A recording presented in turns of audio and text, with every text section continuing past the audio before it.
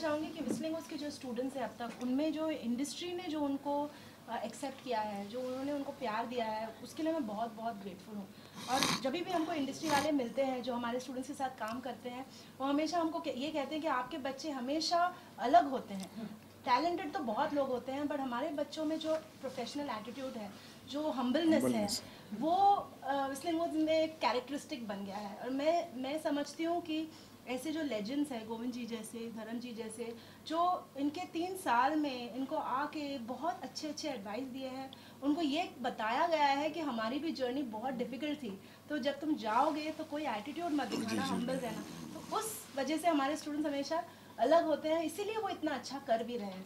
तो बस मैं ये कहना चाहूँगी कि हमारे स्टूडेंट्स को बहुत बहुत शुभकामनाएं। और ऑलरेडी इनका 6 महीने पहले ग्रेजुएशन हो चुका है और काफ़ी बहुत बड़ी बड़ी पोस्ट पे काम कर रहे हैं। तो मुझे बहुत खुशी होती है कि ग्रेजुएशन से पहले ही उनको जॉब्स मिल गए। जब मुझे पहली बार पता चला कि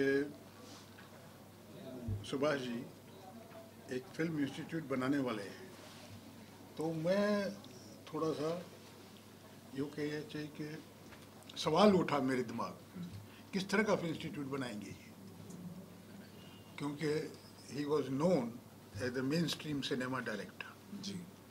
तो ये लगा था कि यहाँ पर जितने भी स्टूडेंट्स बनेंगे, जो भी आएंगे पढ़ने के लिए, उनका जो मेन फोकस होगा वो मेन स्ट्रीम सिनेमा ही होगा। उनको मेन स्ट्रीम सिनेमा का एक पर्टिकुलर यो कहना चाहिए, वो एक जॉनर है, वो की अलग चीज़ नहीं है, सिनेमा का ही एक जॉनर है जो हमारे हिंदुस्तान के, भारत के कल्चर से उभरा हुआ है।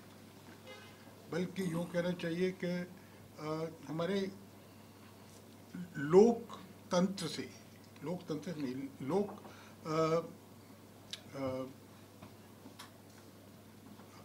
कल्चर से उभरा हुआ है, हमारे फोकलोर से, जो देश के अलग अलग फॉर्म्स हैं, थिएटर के, म्यूज़िक के, एंटरटेनमेंट के, उनसे उभरा हुआ एक फॉर्म है ये। तो हमें लगा था कि उस एरिया के ऊपर ज़्यादा फोकस होगा। मेरा वो ऐसा हुआ कि सुभाष जी को मैं तब से जानता हूँ जब वो इंस्टीट्यूट से FTI से होके जब आए थे बॉम्बे में, और नटराज स्टूडियो में उनकी पहली फिल्म की तैयारी चल रही थी, सब उमंग, व्हाट वाज दैट, उमंग वाज इट? हाँ।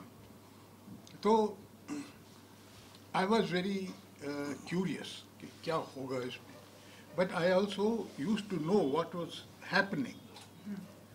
But I was very happy to know little later that he himself, when he becomes a filmmaker, he may adopt any style.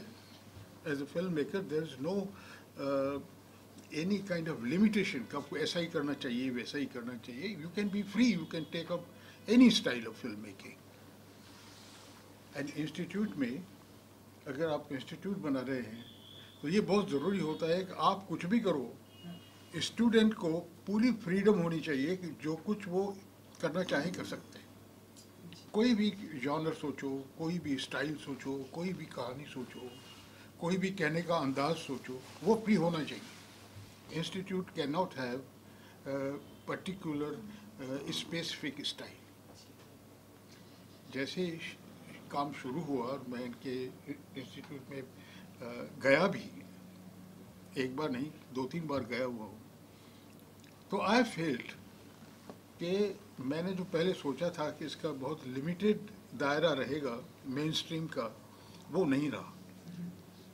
उसमें लोग जो सवाल करते थे, जो कुछ बातचीत होती थी, that was of international quality. तो ये आज़ादी जो है किसी भी क्रिएटिव फील्ड में, पर्टिकुलरली सिनेमा में, ये बहुत ज़रूरी है।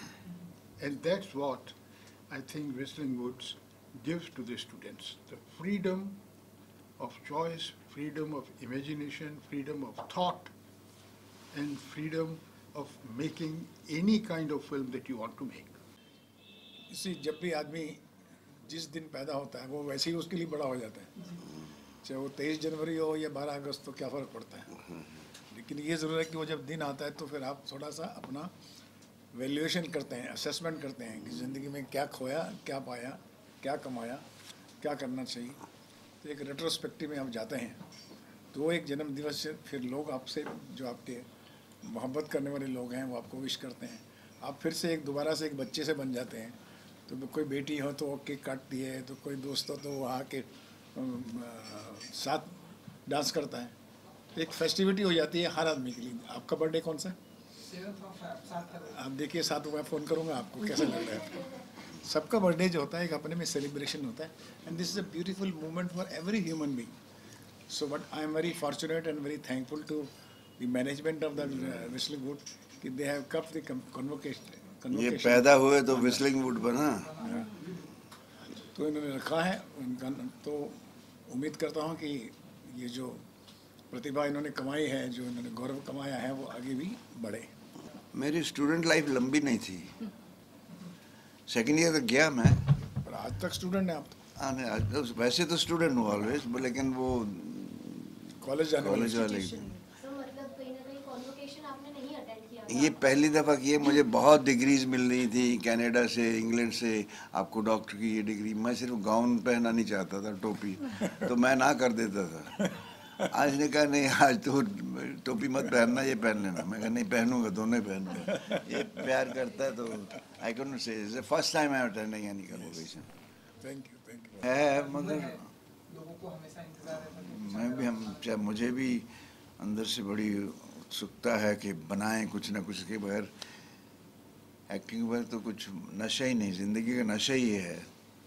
तो बनाएंगे कुछ ना कुछ। अभी हम लोगों को आज के हिसाब से, मैं पहले भी कहता था कि ट्रू टू लाइफ स्टोरी ढूंढो, कैरेक्टर जो ट्रू टू लाइफ हैं, उनसे लोग आइडेंटिफाई कर लेते हैं जल्दी कि ये मैं हूँ यार, ये ऐसा मेरे जैसा।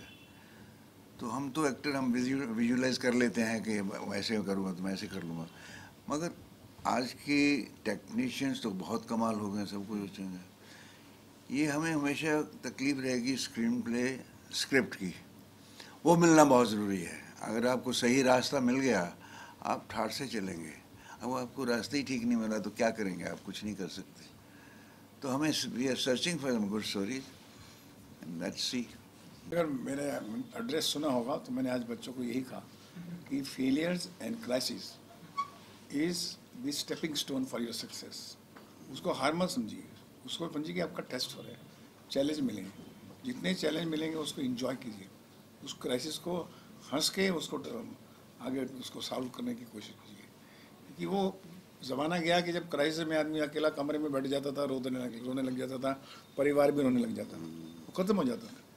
अभी बल्कि जब जैसा चैलेंज आता है उसको उठना चाहिए। You should fly with new innovation, discovery, rediscover, discover, learn, relearn, बहुत सी चीज़ें। और आज इतना ऑप्शन है बच्चों को, एक ये नहीं तो एक ये है, एक ये नहीं तो एक वो है। इतना हमारे समय में तो ऑप्शन ही नहीं था सिवाय सिनेमा के, टेलीविज़न पे नहीं था, कुछ नहीं था। आज 1 मिनट की कहानी बता के आप स्टार बन सकते हैं। 1 मिनट की कहानी वायरल हो जाती है आपके लिए। तो बच्चों को बहुत स्कोप है। और बाकी रहा कि जो डिप्रेशन की बात है, उसकी वजह यह है कि उनके पास इन्फॉर्मेशन सोशल मीडिया की वजह से इतना हो गया है कि वो डिप्रेशन में आ जाते हैं कि किसको सिलेक्ट करें किसको नहीं। वो हम बच्चों को सिखाते हैं कि जो चीज़ आप में इंटरेस्ट करती है उसी सब्जेक्ट, उसी विषय के इर्द गिर्द रहिए, बाकी कोई चीज़ को आप डिस्ट्रैक्ट करने अलाउ मत कीजिए। उनको बहुत सारी घरेलू रिस्पॉन्सिबिलिटीज़ उनको दबाए रखती है। यार वो बहन की शादी आ रही है, उसमें लग जाते हैं हम लोग। Everywhere we Indian like that. तो हमारा फोकस निकल जाता है थोड़ी देर के लिए, वो थोड़ा डिप्रेशन लाता है ज़रूर। ये करना कंपटीशन का भी होता है धर्म जी। आजकल कंपटीशन इतना है कि बच्चों को, हर बच्चों को चाहता है कि मैं जल्दी टॉप पे पहुंच जाऊँ, सीढ़ी में नहीं चढ़ना चाहते, वो शॉर्टकट जाना चाहते हैं। उसकी वजह से डिप्रेशन ज़्यादा होता है।